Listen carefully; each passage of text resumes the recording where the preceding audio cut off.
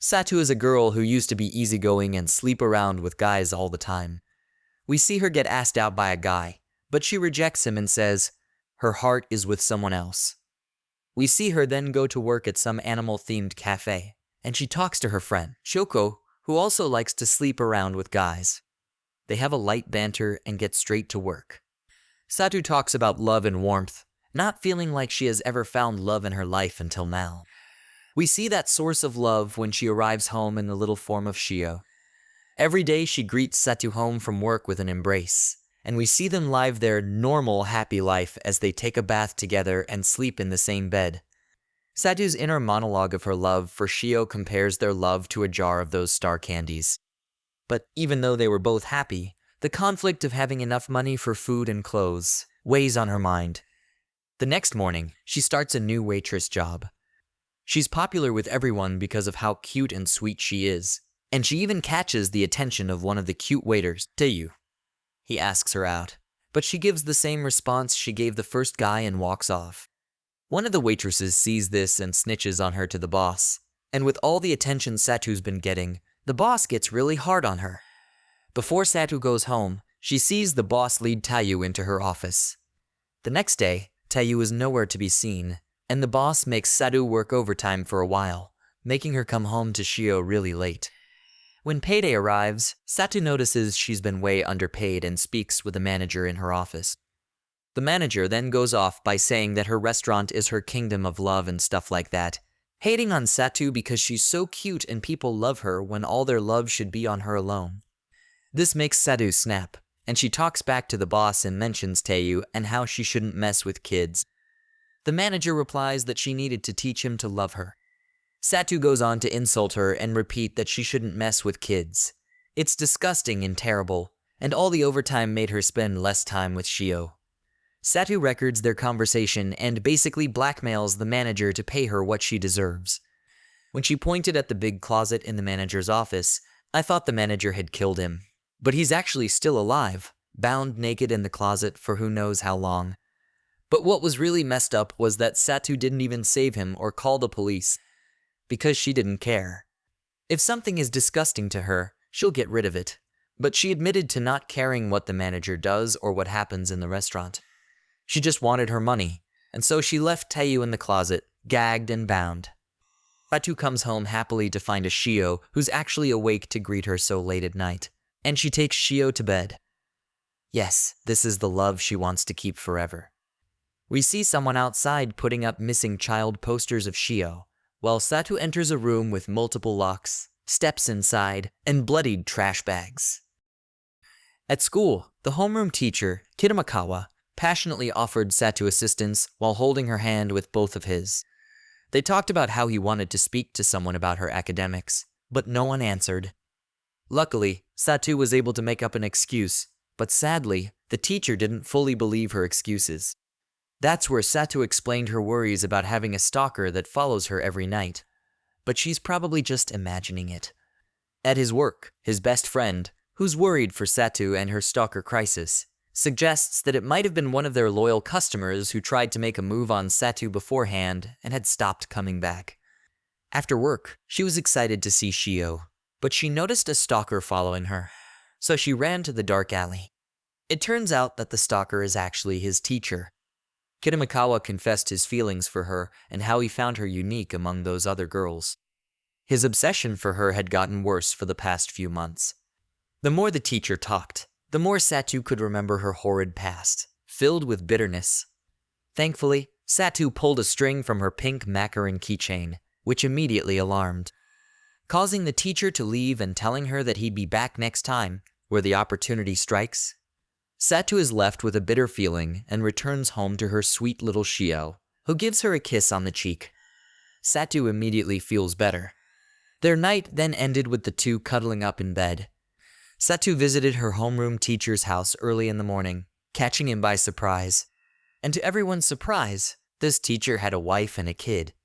Satou then started undressing her uniform, taunting the teacher while his wife was slowly approaching them. The teacher avoided his wife from seeing his undressed student and decided to have a private conversation as they walked to school, where she had to ask him, "Why are you hiding the fact you're married?" The teacher responded to her by saying that just one wasn't enough to satisfy him. He finds that loving a lot of women is his definition of love. Satou started by cornering the teacher on how his point of view in love is a disgusting definition of being a masochist who finds himself pleasured in being stepped on by women. She then asks about disposing of something that's hard to dispose of. After school, Satou is on her way to her apartment when she stumbles upon a mysterious person handing out flyers for a lost child. She paid no attention to it at first and continued on, going straight home. Despite everything, Satou came home, did the same vows as they always do every night, and had a lovely sleep afterwards, as well as the teacher who was burning the trash that Satou gave him.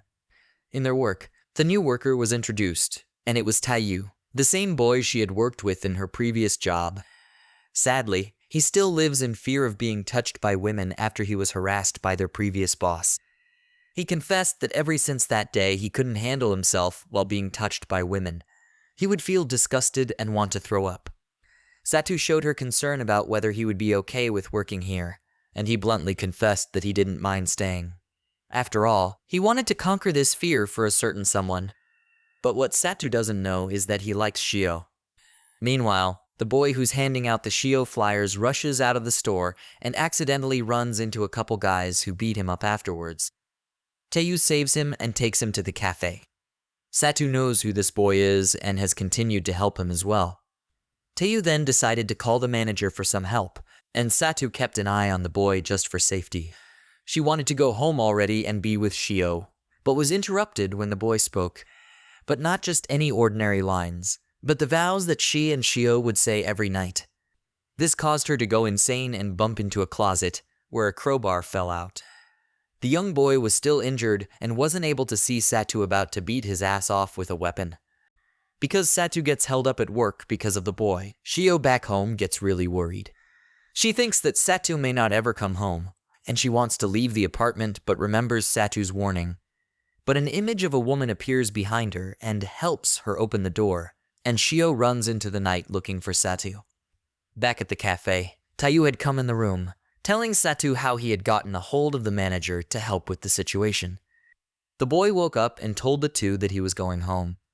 The kid also rejected Tayu's offer to accompany him home, just apologizing for the trouble the two had to go through. Satou walks off on her own and goes over the bitter feeling that she felt when she heard him reciting the same vows that they do. She actually didn't understand what she felt, but then figured out it was jealousy. And then she became all happy about it because she learned a new emotion because of her love for Shio. Upon coming home, sadly, to her surprise, Shio was missing, and she wasn't anywhere to be found. Satou started to panic, realizing that her happy sugar life had started to crumble and disappear from her reach. We then cut to the scene where the injured boy had horrible memories back in the past. It shows how he was related to Shio, and they had a complicated family issue. It's shown how Shio and a woman escaped their home and how a devil-like feature started to corner the poor boy. Shio was scared and alone, searching for her beloved Satou. She would have a traumatizing backlash where everything felt like spinning until the woman from earlier was guiding Shio on where to go. But Shio bumped into Tayu, and to his request, he helped purify him by patting his head and comforting him from his pain. But sadly, he wasn't crying but just drooling with desire and thanks for Shio being there.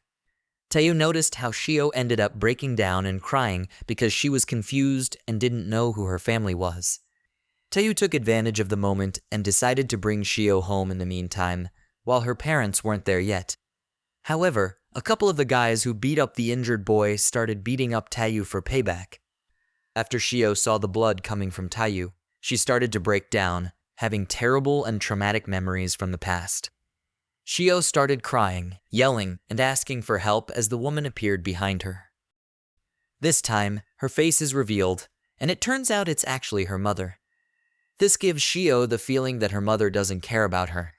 Shio calls for help, and eventually Satou comes wearing a hoodie while Shio and Tayu are unconscious. Satou lured the two men until she tased one of them and attacked the other with her bag.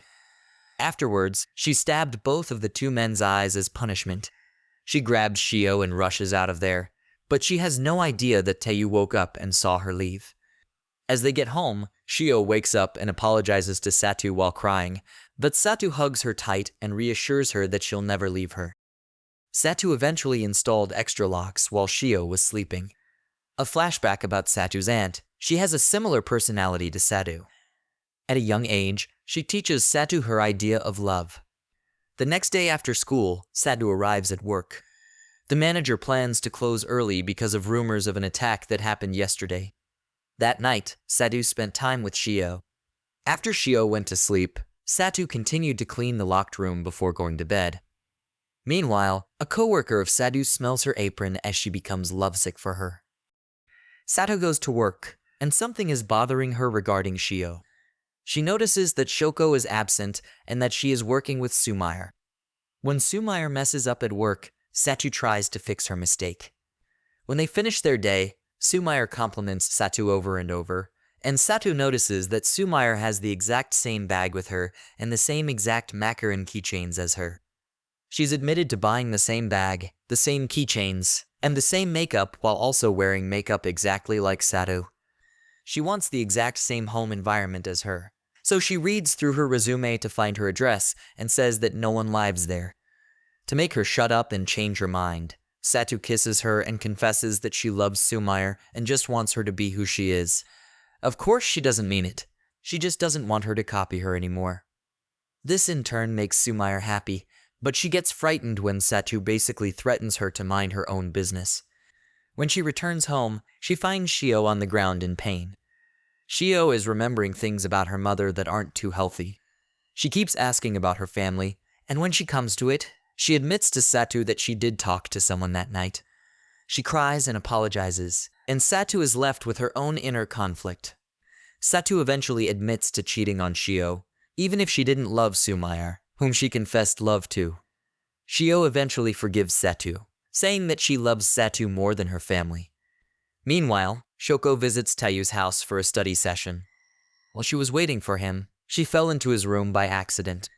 She becomes shocked by the posters containing pictures of a little girl. Tayu came in and cleaned up the room. When she accidentally steps on one of the posters, he freaks out. He eventually accuses Satou of being a kidnapper. However, Shuko doesn't believe him, and she calls him an idiot before leaving his house. She eventually runs into Asahi, who is the person responsible for putting up the posters. But then the boy suddenly collapsed. The next day, Satou visits the Tayu's house, hands over a notebook to his mother, and reminds her again about work. In the notebook, Satou left a note for him asking if he wanted to meet Shio. While Shoko returns home from work after seeing that Tayu and Sumair are missing, she tries to find poor boy.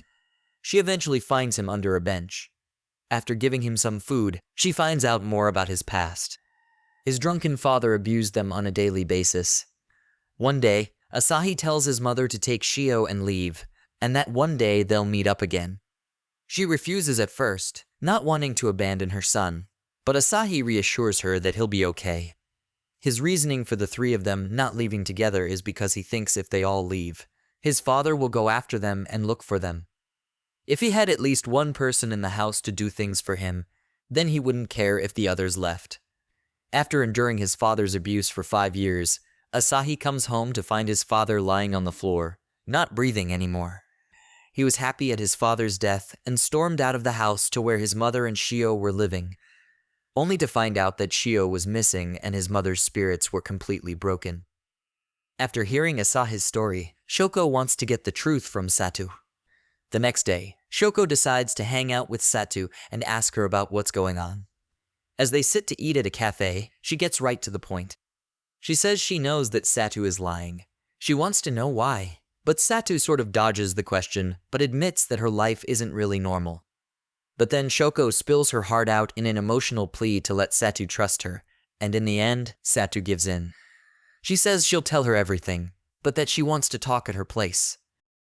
While Kitamikawa fantasizes about what Satou actually did to her aunt, Satou takes Shoko to her apartment. In front of the door are 2 police officers who noticed a strange smell coming from her unit. When Satou unlocked the door, her aunt, who was very much alive, came out and let the officers in to check the apartment. They didn't find anything bad except one of the rooms, which full of trash. Satou's aunt tries to seduce a male police officer and asks him to hit her. Eventually, the female officer had to step in to stop her before they left. This leaves Shio in disbelief when her aunt tries to make a move on her before Satou stops her. When they left, Satou asked if Shio would still be her friend despite being raised by her aunt. Eventually, Satou tells her to forget everything. Satou wants them to go back to being friends like they used to. After coming back to the building, Satou tells her homeroom teacher to stop following her, but he's still wondering what he disposed of.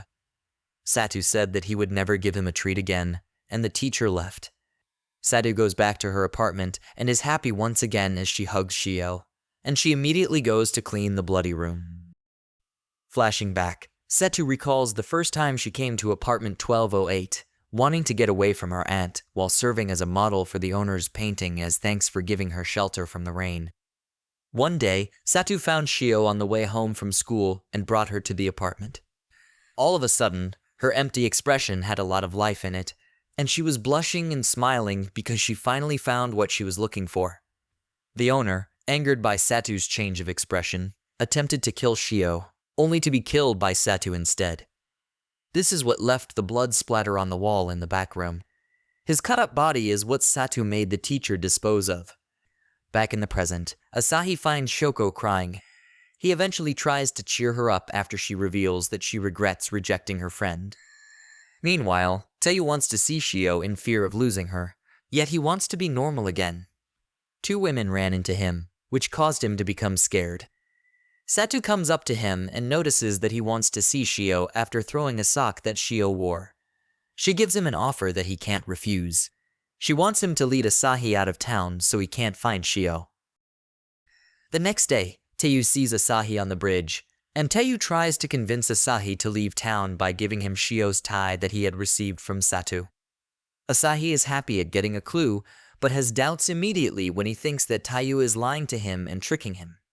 He pushes Teiyu away for being a dirty adult like the rest of them. Teiyu then throws Asahi to the ground in retaliation and runs off in anger, but he realizes that this is the best clue he's gotten so far. While Asahi tries to find Shio again, he runs into Shio. He talks about the guy he met, but Shio didn't tell Asahi that she knew Teiyu. Shio and Asahi exchange numbers, and Asahi leaves for the place Teiyu told him about, as it is the only clue he has about his sister. The next day, Satou goes out to buy cakes and 2 rings to celebrate their anniversary. She comes home, and she and Shio share cake and talk about getting married, their future, and spending all their time together. They plan to make their own wedding, so Satou wants to step out to buy a veil and some flowers. As Satou steps out the door, Shio gets really happy and jumps on her, and they both pop out of the apartment. And at that moment, Shio is standing right there and snaps a picture of them on her phone in horror. Satou turns her gaze immediately on her, grabs her, and throws her inside the apartment. The girls talk in the kitchen as Satou takes Shio's phone but doesn't know her passcode. Basically, Shio tried rationalizing with Satou and tried accepting her. At first, when Satou let her go, Shio was surprised to see Satou ambush her from behind with a large knife in her hand. As Satou holds her down with one hand over her mouth, she brings down the knife with her other hand, stabbing the side of her throat.